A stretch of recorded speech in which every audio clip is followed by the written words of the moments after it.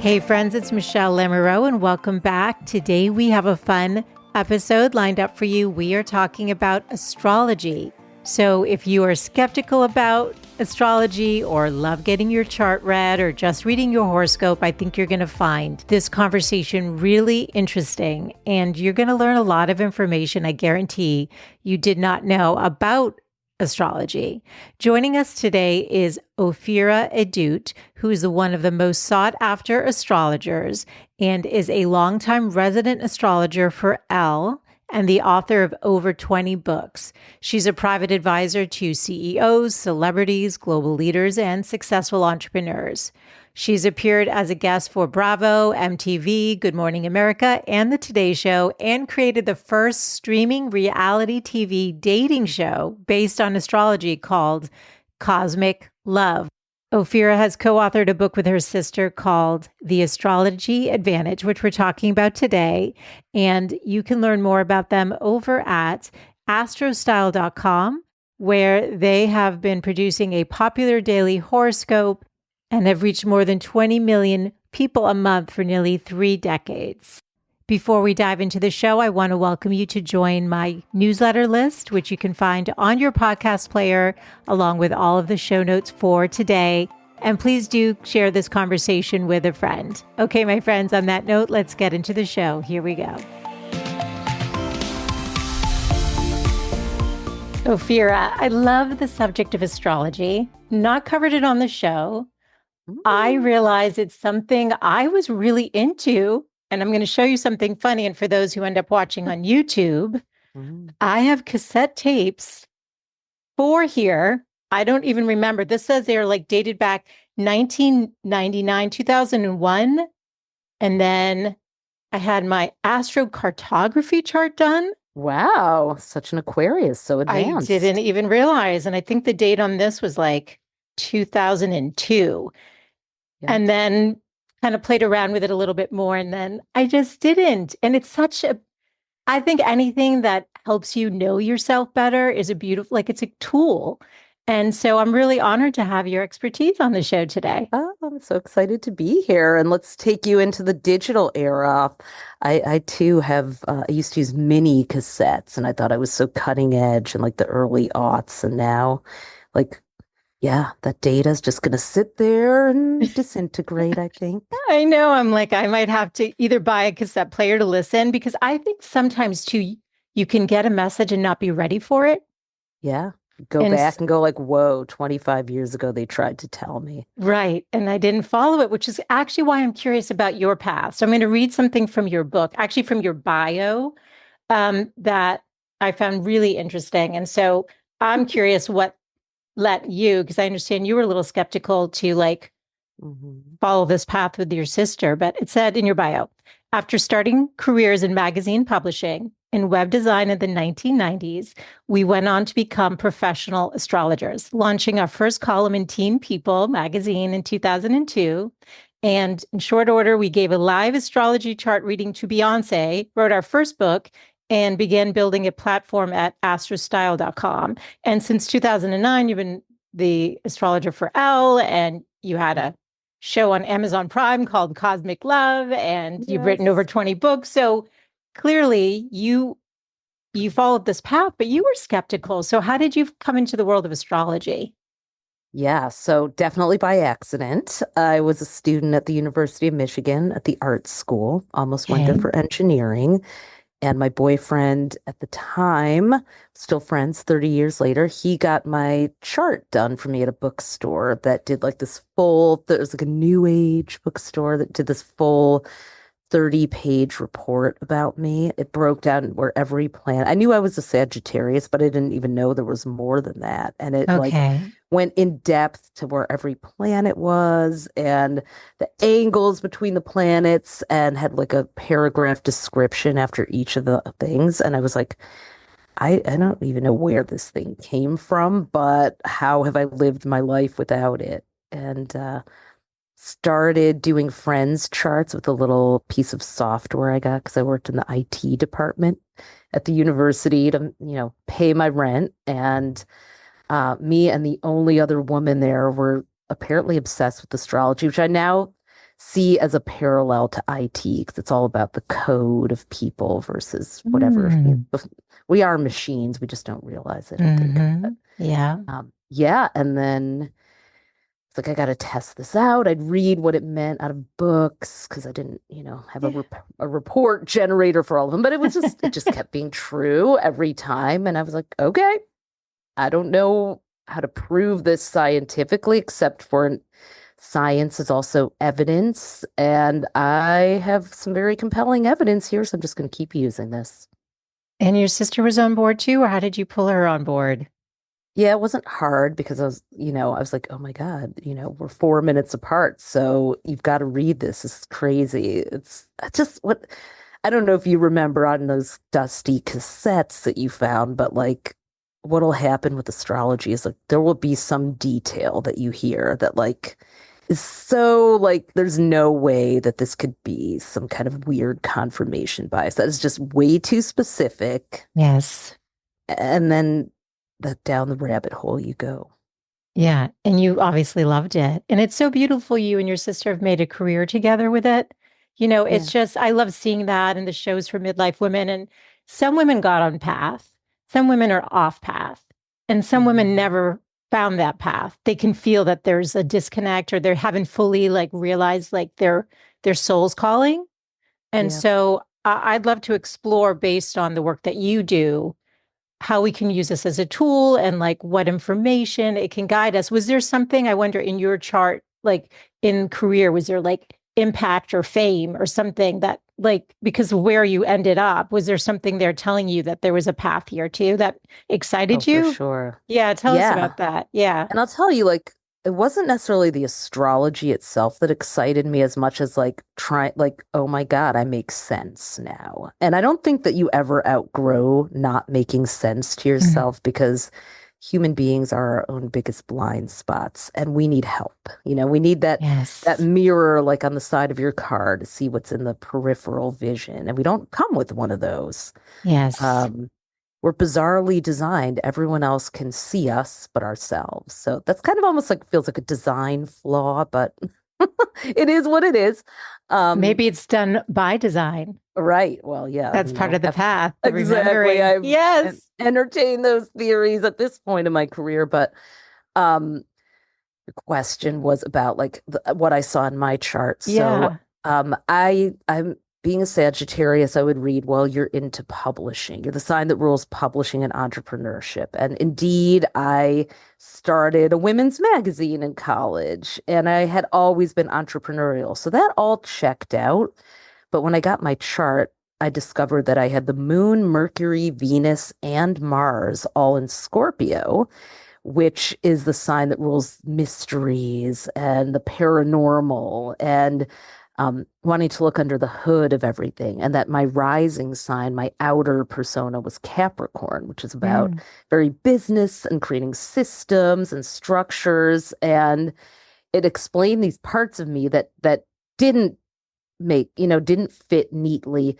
What I got most of all was relief. I was like, I don't have to make sense. I don't have to be this one size fits all, easily explained person. And what I've since learned is that your chart never changes, but the planets are always moving, and there are cycles that happen at different ages and stages, including midlife, that no matter how well you may know yourself, you still need to recalibrate. So it's a perfect tool for midlife women. I'm sure we'll get into that, but Yeah. yeah, What's the stage in midlife? When does that hit us? And what is it around telling us? 49 or 50. So Okay.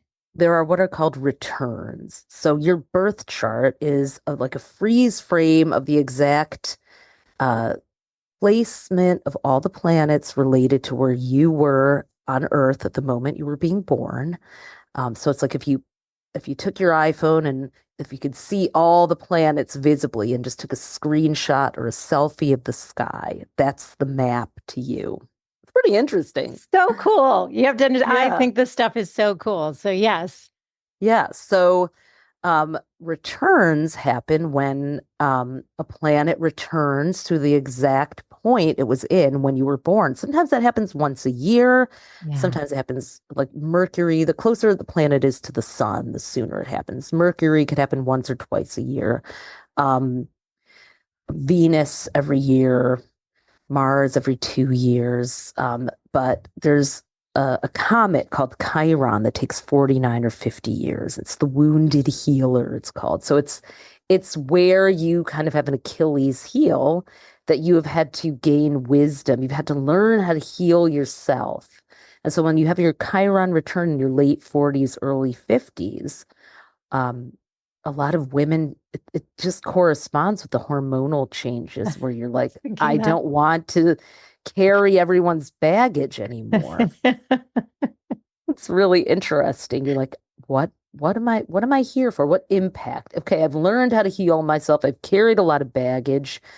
What can I do with this wisdom that I've gained from going through that process? I want an impact driven existence, if not career. So a lot of people have an existential crisis, especially Yes. because our lives are so expensive that we're like, I don't see how I could possibly leave the security of the job that's supporting my family and healthcare and myself or whatever, but Yeah. I'm dying inside. What do I do about this?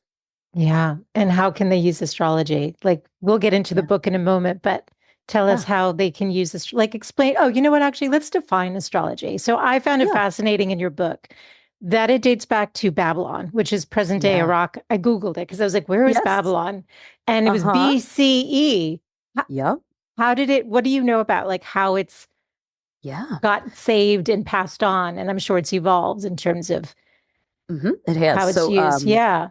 ancient Babylonians and Sumerians used it. Well, and the Egyptians, some people Yeah. believe the pyramids are charting the constellations because they line up with them and different, the Sirius, the brightest star in the sky, when it becomes visible in August, it corresponds with the flooding of the Nile, for example. So we Wow. basically are here because our way back ancestors used astrology to plant, fish, hunt, and survive. It's amazing.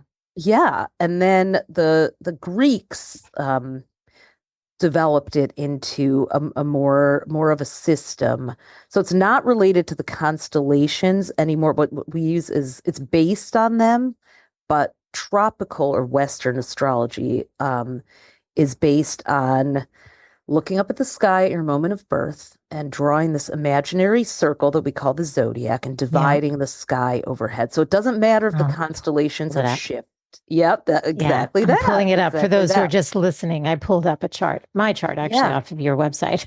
Yeah. What you're looking at is like if someone was lying in the middle of that circle on a blanket looking up at the stars and they could see everything, that's what they would see. That circle overhead of how the planets were moved, the journey of the planets around the sun from your vantage point on Earth. And um, so astrology is that connection, and it continued to flourish. The only thing that's really ever interrupted it was the Yeah. church, because from the 15th to the 17th century, really the end of the 1400s until about 1650, uh, every major university had an astrology chair, including Mm. they had an astrology 101 course in the medical and mathematics department, yeah, Galileo taught it. Yeah, they Oh, this all, is fascinating. You yeah, have a so photographic memory. I did some I do. research on you, so this is fascinating. This means she's like probably reciting it from a book. So, I'm nerding out, but yeah, this I is love this is that. Nerd out. This confirmed. is fascinating because there's Yeah, skeptics out there, and that's fine. Like some people well, like to yeah. read their horoscope. I think my husband, I hmm would say he's definitely a skeptic, but I think Most it's husbands are. they Yeah. are. They want, yeah, they're like, where's the scientific proof? But it's keep telling Well, us. Yeah. ask Galileo that and Copernicus and all of the Renaissance era mathematicians and scientists because they followed the stars. They believed that, you know, the energies of what's called the celestial sphere like corresponded with who we are, our motives. And it's so funny because all these, I'm going to say majority men and women who've been kind of indoctrinated in that masculine patriarchal kind of mindset, um, have been trained, and I'm one of those You wrote women. that. You said I you were a went to, skeptic. That's why I'm like, yeah, you I did went to this. a university. I Yeah. tried to, anyone who's educated and professionally bound is trained to be what we think of as a skeptic, but it's a Yes. misinformed skeptic because Yes. nobody ever tells us that that happened. And then the church came along and started to ban it. Um, and then the Enlightenment era came, and so the church reacted to astrology and started to shut it down and Okay. burn people and that kind of thing, you know.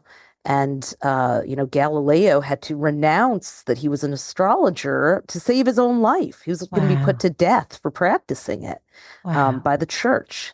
So then the age of enlightenment and reason and science came in rebellion to the church, but astrology didn't survive either of those. And then it reemerged in the mid 1800s during the spiritualist movement when there were Okay. seances in the White House. And Abraham Lincoln and his wife were known for having like full on seances there. So Google it. It's I all believe true. you. Listen, I there was something I had read in the book about how many decisions we make a day that you had quoted, like over Yeah, 30,000. 35,000. Hmm. And I was like, wait, you mentioned a HBS article. Like, I was like, of course, the Maven in me, which we'll get to in a sec, was very Yeah. curious. And I read that. I'm like, wow. So, yes, I know you do your homework and you've been doing this so long that Yeah, well, I've had to defend it, you've had to defend it, well, because And I people want don't to have know. to, but yeah, yeah. They What's want to that? know. They want to know, like, what are you doing? You went to the University of Michigan. Why? Or they Sure. just,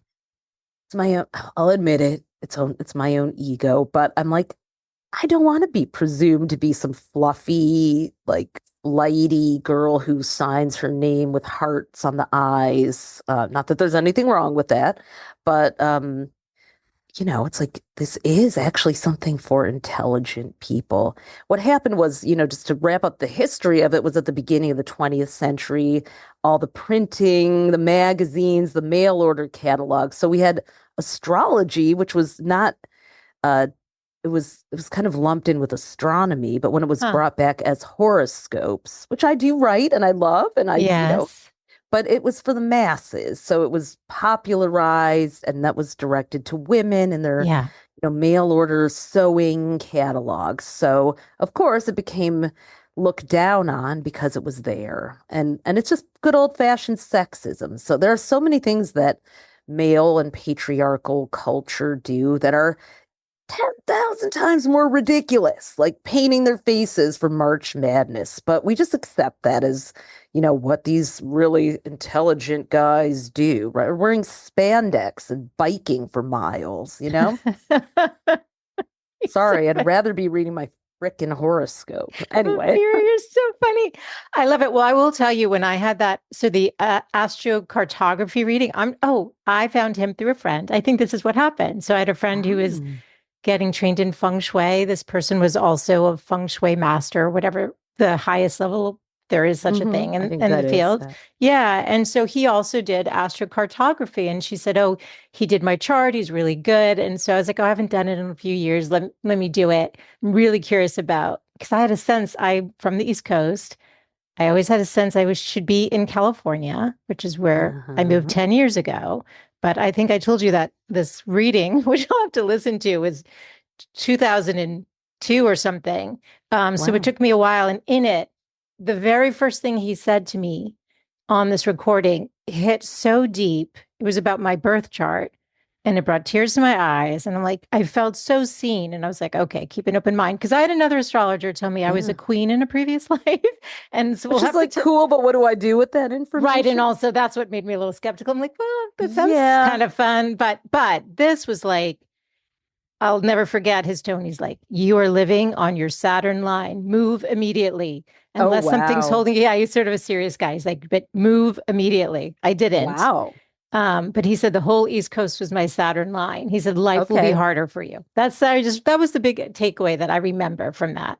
That's And really good advice because yeah, so if there's something called astrocartography where it takes your chart, you can do it on my beloved friend Peter, who runs a website called AstroSeek, astro.seek. He, as a labor of love, he does from Prague, he does these like suite of different types of charts. So, and one is astrocartography. And all you do is put in your time, date, and place of birth, and it shows you a world map and which planetary kind of lines go through different cities. So for you, there would be you would see a line that would go all the way down the East Coast, going to Saturn, which is the planet, of hardships. So I'm glad you relocated, and that's so useful. Yeah. And thank you for defining what it is. And I probably would never even have heard of it or known. I knew about astrology, but not specifically that. And I always had it in the back of my head from that time. But let's talk about your new book, The Astrology Advantage. So first of all, congrats. It sounds like you've written many books on the subject, but this was probably, I get the sense that it was like a labor of love. I don't know why I'm saying that. It's just something I'm feeling. Why did you and your sister write this? And tell us how it works. Absolutely. And I'll hold up a copy for Please the do. YouTubers. Yeah. Because you, being the archetype you are, have a lovely background, and I don't. Because I'm always recording from anywhere and everywhere, but which is also on brand with me. So over the years, the same way I had to describe astrocartography. There's a wealth of information in astrology, but it seems so hard to learn and actually use, right? So Yeah. the biggest problem with astrology is astrology. It's just like overwhelmingly amazing and overwhelmingly overwhelming. So Yeah. I've been, over the years, what started as like writing books and columns evolved into teaching people and then doing group coaching, and then coaching entrepreneurs, like 120 at a time, creative entrepreneurs who either wanted to start a business as healers and mystics or had regular old businesses but wanted to use astrology to get an advantage. So, my sister and I were like, all right, we've got to find a way to make this easier for them to tap into. And one of the techniques in astrology is to take the 13 main points of a birth chart and then distill them into what are called the dominants. So you have fire, earth, air, and water signs. And, out of those 13, you have a different balance of those. And that tells you something about your temperament.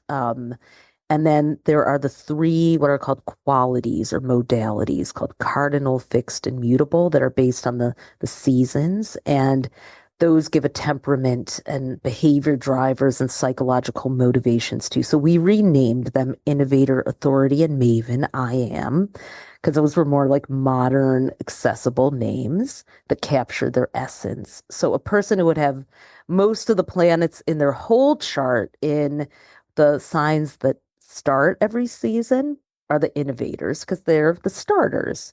And the mid-season signs, that's Taurus, Leo, Scorpio, and Aquarius. The innovator ones are Aries, Cancer, Libra, and Capricorn. But the mid-season signs are the fixed signs. So they're very rooted. They're the builders. So we call them the authorities. And you're actually a hybrid of two. So the authority and then the season enders are called the mutable signs, Gemini, Virgo, Sag, and Pisces. And they're mutable because they're adaptable. They have to prepare us for the change into the next season. They're the communicators. And so the mutable signs we call them the mavens. And because they bring everyone together. They take what the innovators come up with and the authorities build and share it with everyone. They're the best marketing team you'll find. So everybody has some percentage of each of them. Some people have 0 of one, but I'm a Sagittarius sun sign, or that's my main zodiac sign, which is one of the mavens. But my whole I am chart is the lowest in Maven. I'm actually an innovator. So as we taught people that, it's like you can tap into that dominant energy or archetype and use that to make one of those 35,000 decisions we all make every day. Yeah, I love it. I think, like I said earlier, any tool that helps you is worth exploring. So like I got trained to administer the Myers-Briggs. Oh, yeah. And so I it's love just, Myers-Briggs. yeah, well, it's a fascinating tool. And again, it makes you feel seen, especially with somebody I have a good friend whose whole company does it. And when I sit and talk to him, I'm like, you know me better than I know me. Like he'll say stuff. He's like, well, Michelle, you are this. And so you need this and this. I'm like, how do I not know this stuff? It's just Do you funny know the because history of Myers-Briggs? a Because little bit, I love tell me, telling people please. this. I've been reading this book called The Personality Brokers, and I wonder if your friend, who's a trained administrator, probably for corporations, is he It's his own type company. So he cool? Even worked better. with, who's the guy who wrote Do What You Are, whatever, Paul. You've got I I know don't, what you're talking you about. know what I'm talking about. I don't Yep. have that memory, so you'll have to fill in the blanks. Selig? But Yeah. I have the book because he had gifted it to me years ago, right when I had just gotten trained. And I didn't practice it, but I know enough about the different, Mm. letters. Yeah, yeah, yeah. Well, Yeah. exactly. Well, so Myers-Briggs was created by a mother and daughter in Yes. Michigan. I'm also from Michigan, so I, of course, looked up their charts. For Wait, past life can I ask paying. though, how do you Yeah. get the birth times? Um, well, I don't know her time, You but I could got it. see like other Enough. planets that Got move it. slowly. Yes. So it was a mother and a daughter, and the mother was like kind of a behaviorist specialist, but who homeschooled her daughter and made her like some sort of super learner and achiever. But when the daughter went off and got Mhm. married, the mother was like lonely and depressed and looking for purpose and was like at the depths of despair. And then she found Carl Jung and his archetypes and was Wow. captivated by it and started writing erotic fiction about Jung. She did? Oh, yes. No, this part of the story I do not know. I know. Nobody knows this. And so, Jung has his 12 archetypes that a lot of people think are based off of the 12 zodiac signs. Yeah. And so she This actually is started a interesting. correspondence with him. He wrote her back. And then she and her daughter, this is the part I'm at, I've left off in this book. It's called The Personality Brokers. I know we're supposed to be talking about my book, No, but this no, we book is will a come good one. back. But This yeah. is good. Yeah. Um, but it's yeah, and so then they created the system of the 16 personalities based off of that and her wild sexual fantasies about this Swiss guy that she'd never met. So I'm sorry, but do not tell me that astrology is not a legitimate tool as Fortune 500 companies use something created by a Capricorn erotic fiction writer in Michigan. Oh my goodness, this is so funny. Okay. I won't go on a tangent, but we'll talk another time. But Adam Yeah. Grant did this post like, Oh, you've I broken saw it. my heart, how he like broke up. Like he was like so in love with it. And then one Uh, of the categories wasn't like scientifically proven enough or something for, I don't know. Adam Grant is a grouchy Leo, and I don't know what astrological bee he sat on that stung his ass, but I hope to meet him one day or Have a maybe not. conversation. Classic Leo.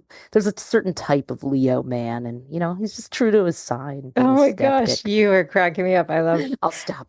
No, I love it. Yeah. And I love because I know that you do have this photographic memory. So I know stuff stays in your brain in a way that like I'll know the general concepts, but I won't get that name. It'll come to me Yeah. like an hour It's later, okay. This is being recorded. You've got all the Yeah. ammunition you need for the skeptics now. Oh my God, I love it so The much. Okay. cynics. So you mentioned, what was her name? The woman who started Myers-Briggs again? Catherine. I'm going to It say was Catherine. Isabel Myers. Right. Catherine and Isabel. Yes. Okay. Yes. So she was maybe a midlife woman looking No, she to was a midlife woman. Yeah. She was. Okay. Yep. Well, a lot of the women listening are on a path of like figuring out what's next for them. So how could they use your system to figure that out for Yeah. their, because, and I always think about, there's career, but there's purpose. Like what's beautiful about your Yeah. path with Tali is that it's both. Thank And that's you. sort of the dream that I want for myself and every woman listening, like to really remember what your soul's calling is, which is why Mhm. astrology is a tool for that, to like kind of Yeah. whisper in your ear again. Like you said, you were seen. I felt seen when the gentleman made me this cassette tape. I've Right. never met him. Right. I'll have to go listen to it because I bet there's a lot of gems in there that I wasn't ready to take in. But tell us how we can Mhm. use it. Yeah, you could probably send it off to get transcribed. Absolutely. And I really thought I loved what you just did there and like pointed out that that woman was at midlife. That was really sensitive and empathic of you as an Aquarius. Like so true. She found her calling and that just made her life feel purposeful and she built this whole empire. So Totally. And it's still going. it's still going. It's outlived her many, many decades. So what happens? So here's what happens to a lot of us. The thing that is our purpose is not always a full intersection with what we're good at. And that's where it's another one of those human calculation errors. So like probably you picked a major because you had to in college, and then that major made sense for you to live in New York. So you lived in New York, right? You made that decision with your mind or your brain or your logic. It's like it's fun. That's what also makes me laugh about how people are so like you've got to use this empirical evidence base. It's like how often does that actually take us to a place that we're happy? Most of us are in therapy or on medication recovering from making those kinds of choices, right? It's true. Yeah, so at midlife, am I allowed to curse on this Go podcast? for it. Yeah. Okay. My hairdresser, who's like 7 or 8 years older than me, like when she turned 50, she said that her salon manager said, "Welcome to the decade of not giving a fuck." I was like, okay, I Mhm. can't wait to enter that now. Bring it But on. but it does, like I said earlier, create an existential crisis because it's like you've probably gone as long as you could making sacrifices. Your hormones stop telling your body that you need a man to impregnate you and ensure the survival of the species. And all of a sudden, that guy that you had these freaking goggles on for, those hero goggles, like I jokingly call the estrogen patch the husband replacement therapy patch instead of hormone, because I swear to God, when women start to get that hit of estrogen after and without the period, I mean, you're just like, what did I see in the sky? Anyway, that's so harsh. No, I don't no, want to that's I don't want to fascinating because scare the women of the world. I know, but I've asked the OBGYNs, I'm like, has anyone done a study on if the 50% of divorces are happening to women in midlife once they are entering this phase because you stop giving a fuck, like you said, or your hairdresser said. And uh-huh. um, yeah, you start thinking about what you want, and maybe the person Right. you're with is no longer who you want. Right. And if you were lucky enough to find astrology earlier, you've been thinking about what you want. I want to get it to people much earlier than this so they don't have to wait until. See, a lot of women, because we're so trained and conditioned to please and sacrifice and put what we need aside, will be like, okay, I'll do that after my kids. I'll do that after this. I'll do that after that. I had a client recently. True. She was like, she keeps dating the wrong kind of guy. She's frozen her eggs. She's 48, but she keeps doing the same thing and like she's like going on these dates and on the third she's like very nice, so she gets a great first date and always gets a second date. She's in finance, so she literally has a spreadsheet with her return on investment, she said, and her success rates. But the third date is when she tells them, listen, I'm thinking about having a kid and I want to know if you want to have kids. She's 48 and she's going out with guys who are 55 or so. Yeah. Like, Their kids are they're like in college or, exactly. yeah, They're they're like, done. this woman is looking for a man in finance, and she's like 6'5", blue eyes, 6'5", blue eyes, and trust fund or whatever that little exactly, and meme whatever. wants to have college tuition again. It's like he's probably just like, my kids are finally about to graduate from college so I can enjoy my money. And you want to start that clock again so that in 18 years, when I'm 75, I have to pay tuition. Tell me what part of that works. And yet I feel so horrible for her because she's Of course. she She thinks has a she's doing the dream. right, she's a dream. And she tried to be nice so many times that now she's 48 and she's been nice one too many times. So Yeah, that hits me yeah, here. I feel for her because that's I kind of do like the too. show is like that invitation, like reclaim yourself, go for what you want. Don't be on the Right. sidelines anymore. Just Get in the game. Come on. Exactly. So Yeah. with the IM system, what I've seen, like in our classes, what I'm most proud of is we literally have people in every decade, even up to their 80s, who take our classes. So Wait, do you lead classes still? yeah, yeah. This year I didn't do one. Well, what am I saying? I did. I taught people how to read their birth chart, but we do these kind of we call it astropreneurs. We do these Love that. coaching. Yeah, bring your business or dream. We'll teach you about your IM method, your chart, different things, and then you start Fun. to make sense to yourself and go, oh, that dream I put off wasn't really that crazy after all. Some of them go, Interesting. I wish I did that 30 years ago, but then we just give them the support to do it now. Yeah. I love it. Okay, so Yeah. they can use so if they're so take us through the three. So Yeah. is it too simplistic to say if you're an innovator, these kinds of things might be within your wheelhouse if you're a No, that's maven? exactly what you So then should do say. it, please. Yeah, I'd Yeah. love to So hear in you break it down. yeah, and I'll intersect it with midlife. So if you're an innovator, your natural wiring, because you have mostly placements in your chart that are the starters. So you need to be the boss. You need to be in charge. You have an idea that's often ahead of its time. So um, a lot of the problems that innovators face is trying to explain something that you're still kind of downloading yourself. So the support you need is someone who can help you take that idea, just at first be a sounding board and let you talk it through and help you Yes. articulate it as you pull it down. Um, and then, but a lot of innovators end up being thought leader. I mean, who's an innovator? I think Meghan Markle is the one that Oh, popped into my mind. So she yeah. has this brand with this weird name that's about to launch called American Riviera Oh, yeah, Orchard. yeah. I think I saw that. Yeah. Was she not It's able to get a trademark or something? I think that's what I was reading about is it. that what it is? Yeah, Okay, the I think word there was, I think it was either Riviera. It's something in there, or she couldn't trademark one of the. one of those. Okay. It's just such Yeah. a weird name, but so innovator because like Yes. she's been mocked and people are like, it's got this like faint logo, but knowing she's an innovator, there's gonna be a method to her madness. So when it Yeah. comes out, she starts to show people she could suddenly develop this cult following and it could have a total turnaround. So if you're an innovator and you haven't been able to really explain what it is that what your vision is, just let this midlife, when you stop giving fucks, just do a small version of it, roll out a Yes. beta test. Just Love keep, this. yeah, keep letting people try it and don't look for approval.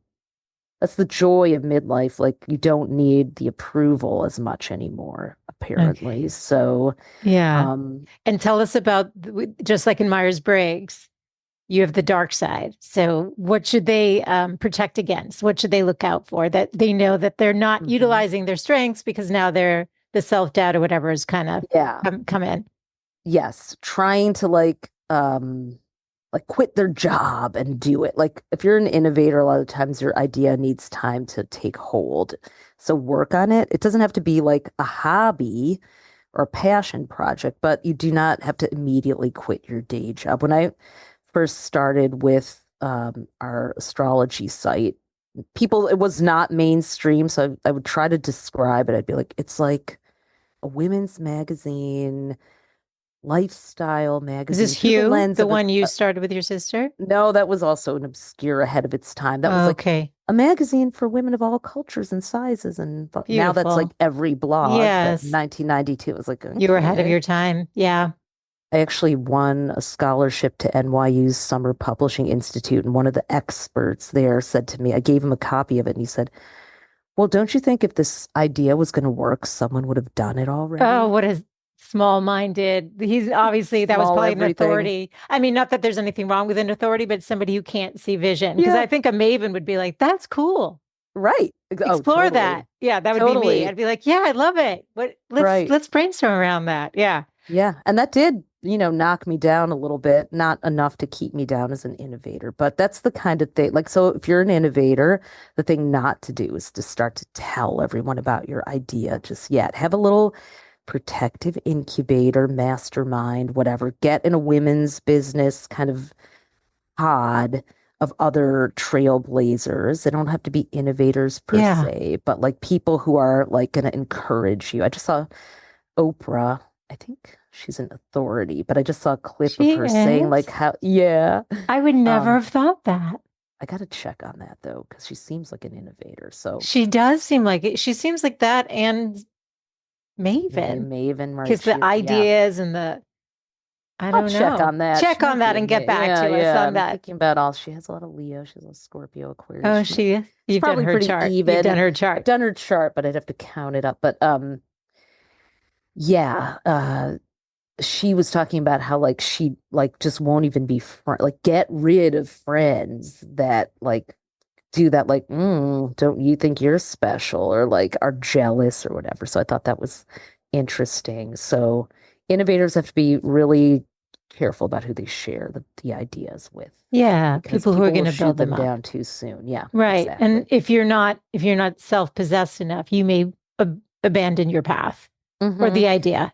Luckily, the cardinal signs that make up most the innovator are They're the not most that type. confident. Yeah, Yeah. Aries, Cancer, Capricorn, Libra. They're like, I don't need your approval. I've got this. But, you know, Ah, so certain signs are more confident than others, and it might be naturally. that, yeah, and it might just be that that's why innovators, even though everyone is creative, innovators may be the ones that actually do it because they have that Oh, resilience I love that. built That's in. really Yeah. interesting.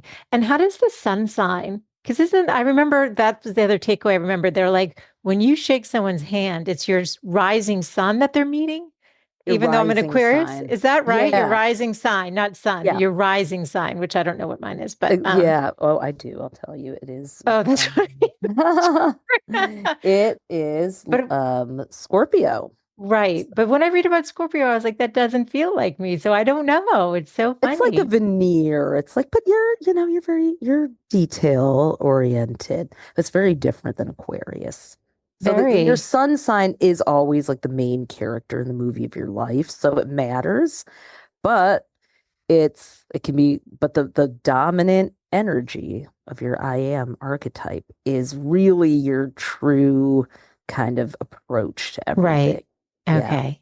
All right. So tell us about authorities, Authorities are like the career they or tend they're path. like the ones who fit into the kind of the system. They like linear progression. They have titles. They're trusted. They always have to be the adult in the room, or so they may struggle as entrepreneurs sometimes because they'd rather have someone telling them what to do. Mm. And so at midlife, when they start to realize that they're unhappy, it can be a real breakdown for them because they're like, but how could I possibly break out on my own? So They they like more need, of that containment, a little more yeah. structure, a lot So more they structure. a lot more. So they need to kind of simulate the they would do well hiring a coach, having an accountability buddy. They need to artificially create, you know, the structures that the unhappy job or marriage created for them, because that's why they don't leave. They're afraid of losing the pillars that help them follow follow a roadmap that keeps them anchored. But Yeah. you Sense know, of safety, maybe too.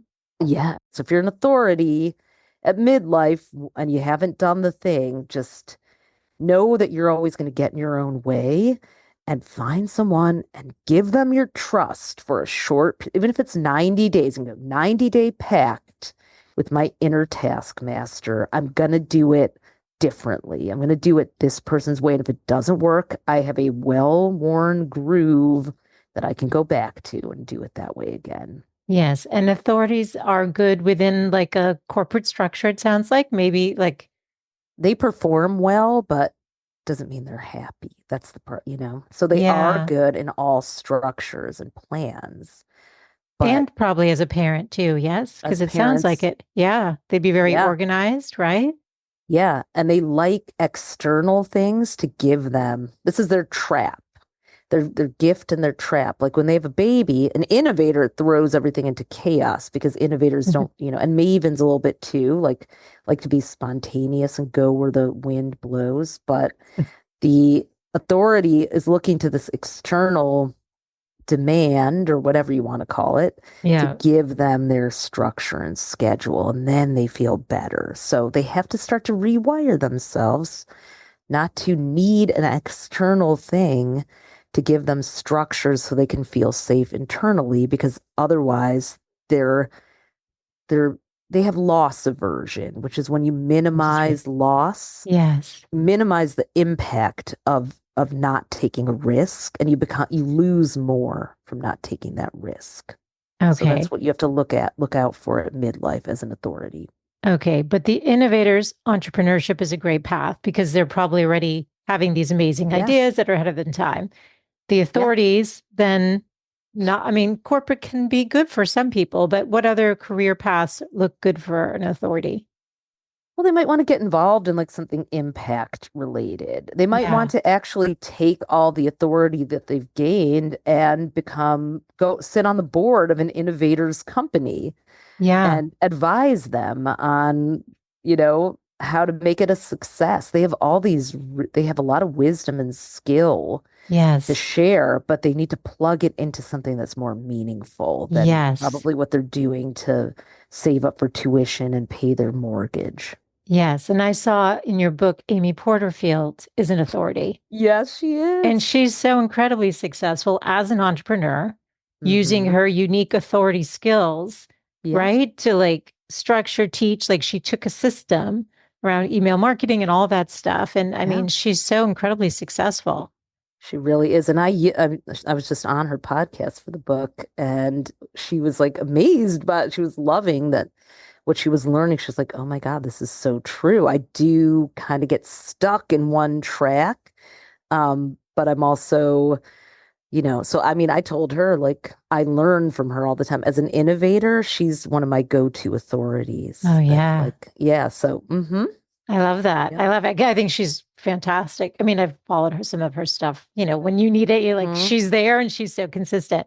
Okay, Yes. let's talk mavens. Yeah. Uh, Let's talk mavens. yeah, I think mine was a hybrid, but let's go for what the third Yeah. category is for. Yep, Let me yep. see. I wrote it down. You're 455, I think. Yeah, it's Maven, and Weird. Mavens are probably the best equipped for midlife because they don't really give up their hobbies. They dabble in all the things. They stay current on the latest research, music, podcasts, TV shows, they're kind of eternally youthful. Are you relating to that part of it? So much. It's so funny. Yeah. Yeah, Mm-hmm. And so, but they don't realize how cool they actually are. I think what exactly. with mavens, what's most shocking at midlife is that they're not still 32 years old, like, because they're like ready for the club half the time. So what mavens need to do, these Gen X mavens, is we all reinvent the world to be more fun for us instead of just like withering away to dust, like we're supposedly, the only script we've been given. Um, it's like make some 50 plus nightclubs or something.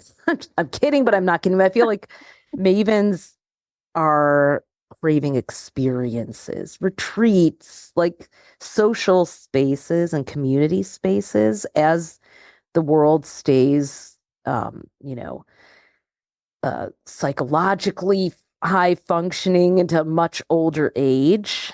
They will be the ones that create those social spaces for the rest of us to come and maintain vibrant, active, involved lives and communities. Yeah. So, And what's yeah. their downside that they have to look out for?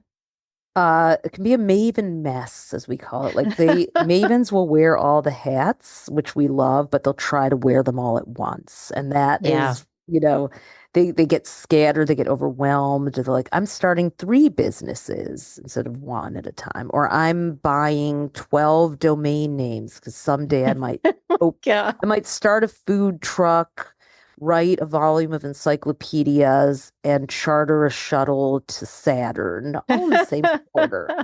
It's And so in their funny. minds, they will.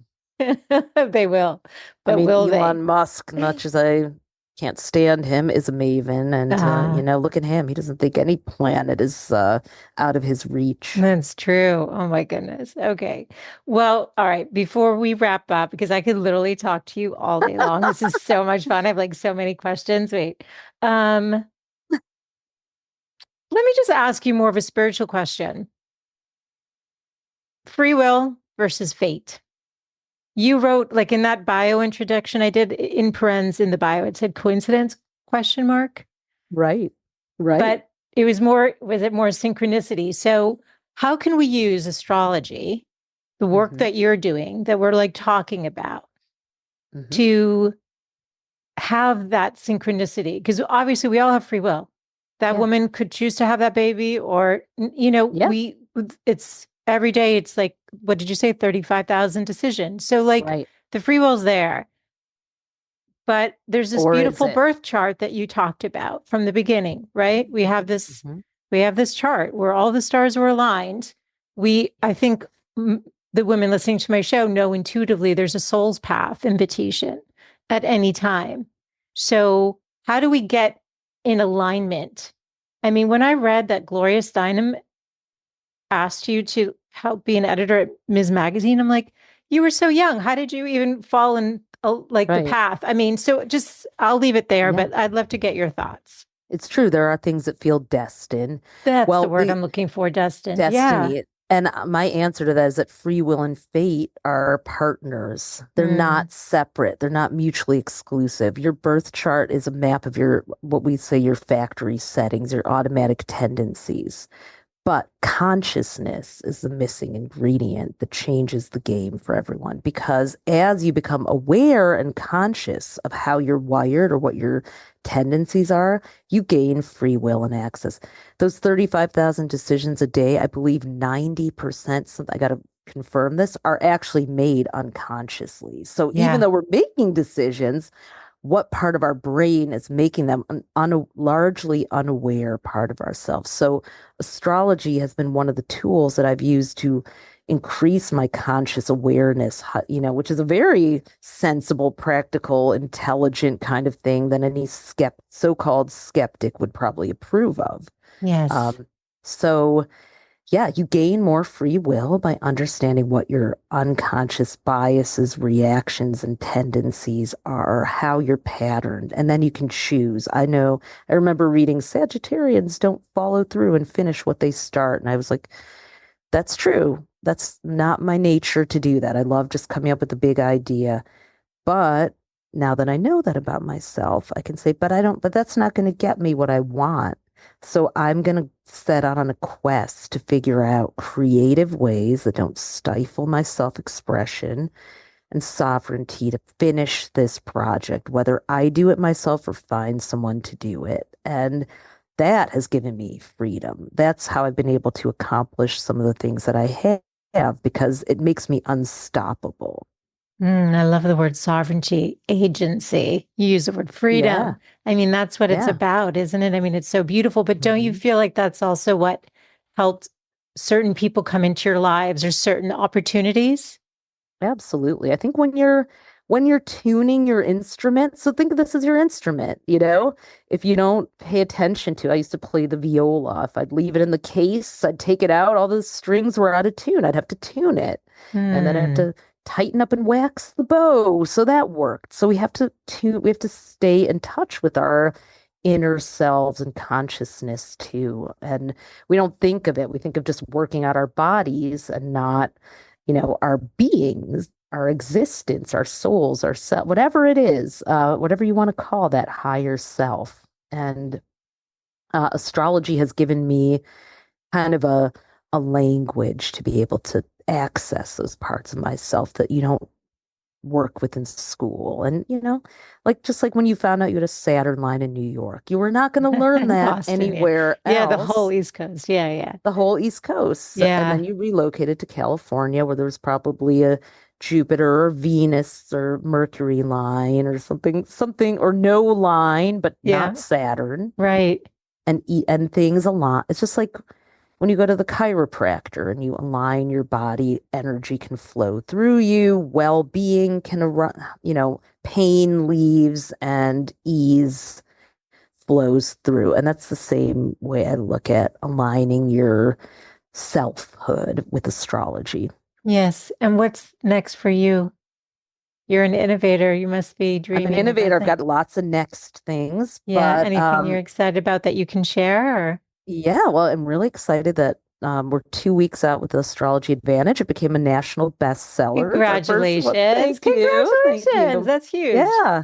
Thank you. So that was like one of my goals. And now that it's out and been born into the world, I'm speaking at the Fast Company Innovation Festival. I'm getting to speak in these cool professional in business, because that's so you too. That's so nice. I love this. Thank you.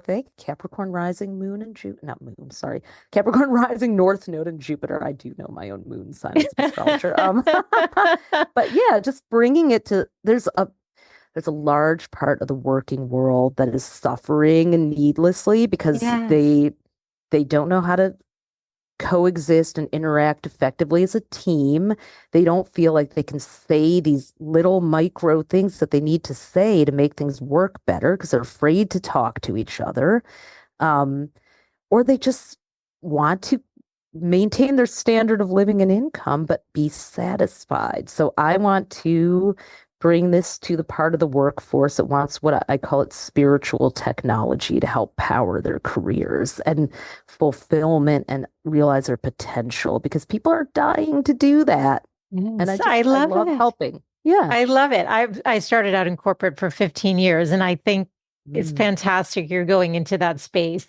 People want this. They're looking for something a little more soulful, playful, fun, but also so useful. Like it's fantastic. Anything I didn't ask you today, Ophira, that you want to leave the women listening with? I mean, like a true authority maven, you asked amazing, thorough questions. So just I would just invite them over to astrostyle.com/quiz, and you can come and take the quiz, put in your time, date, and place of birth, find what your I am archetype is, and go a little deeper, do the I am diagram, there's 84 possible combinations with the fire, earth, air, and water, and we've named each of those types. So come find out what you are and play with it. Get the book. It's a roadmap to how to use it and see what happens in 3 to 6 months to your life when you tune your instrument to who you truly are. Oh, it's such a beautiful conversation. Tell us where, besides the website, because all the show notes are going to be on everyone's podcast player. I love the fact that you can pick up your phone and literally as they're listening to this episode, the links will all be there. So I'll link what you just mentioned, your book, The Astrology Advantage, which everyone can pick up a copy at their local bookstore online. And where else do you like to hang out? Where else we hang out on Instagram like other 50-somethings, You're so funny up there. You'll find me on TikTok, but if you really want to find me, I'll be on Instagram at AstroTwins. Okay, I love it. Thank you so much for your time. This was such a fantastic conversation. Really loved being with you today. Thank you so much. Thank you. Hey friend, I have one request before we sign off today. If you've gained any value from any of the interviews that you've tuned into, would you take just 1 minute and leave a 5-star rating and review over on Apple Podcasts? It's actually how more women can find the show, and I want to continue growing a community of women who are loving themselves and living full on. So thank you for all of your support, and I look forward to being back with you next week. Bye for now. This podcast is presented for entertainment and educational purposes only. Any information provided is not intended to be a substitute for medical, mental health, or other professional advice. Seek out your trusted healthcare provider or other qualified professional for all matters dealing with your health and well-being. Any opinions or information provided by a guest are their own and not those of Michele Lamoureux or the company.